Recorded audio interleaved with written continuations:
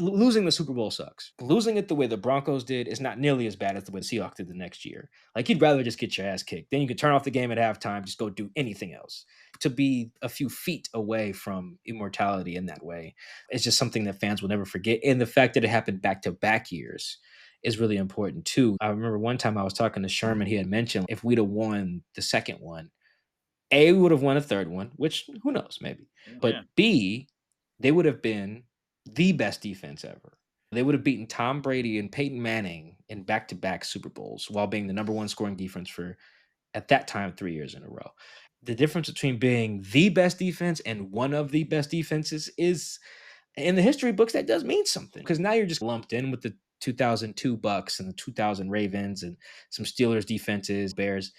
But I think they would have had a very strong argument to leap all of that by beating those two quarterbacks. They had a nickname. Your defense can't be great without a nickname. They had all the pieces. And then that Super Bowl nuked it. So I'd probably be writing a book, but it would be entirely different. And Russell's place in it would be different because that was the big pivot point for his place in the organization. It was trending the wrong way for a minute there, but it really hit the fan with that interception. And who knows, it may not have ever if he just hands the ball to Marshawn. Who made that call? Some people said he wanted to be the hero. Russ didn't want to hand it off because he wanted that MVP. He wanted to know that he was the guy at that moment to take the Seahawks to back Super Bowls. Do you get into that in the book? Who made that call? Unfortunately, there was no juicy new detail there. It was like they were telling us in real time. Pete Carroll got down there. They burned a timeout after Jermaine Kearse's catch, which was very significant. And probably the one thing that no one really wanted to talk about.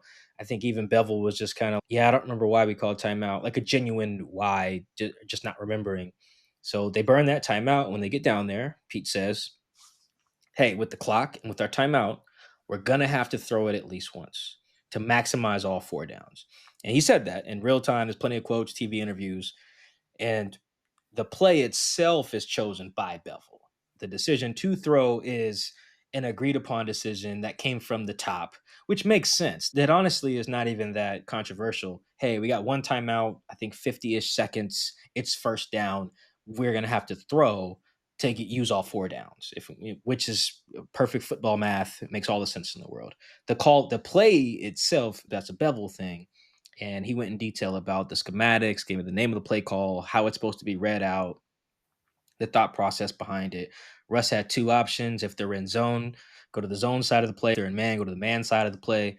If you want to get football nerdy, that's an interesting decision there by Bevel to give Russ those options, considering what the man option was and who was on that side. On that side is Ricardo and Jermaine. The zone side is Doug, Luke, and Marshawn.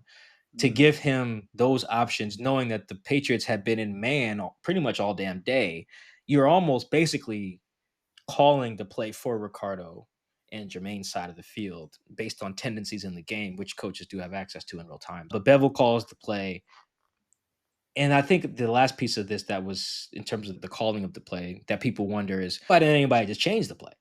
I get into that as well in the book, but you alluded to the most obvious answer. It's that sometimes the real answer is just the simplest one. Why would Russ have done that?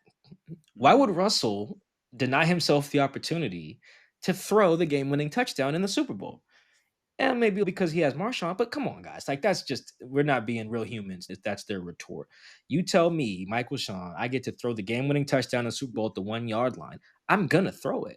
It could, come on, man. That's what you grow up for. That's what you dream of. We've all done that in your backyard, whether it's hitting the home run that wins the World Series, hitting the shot that wins the NBA Finals, or whatever your sport is. We've all done that as kids. So to think that Russ should have just given up on that is just insane. Like, if you really think about the humanity of that, just put yourself in Russ's shoes. Of course, he's not going to change that. And I can understand that. So that's what went into the call itself.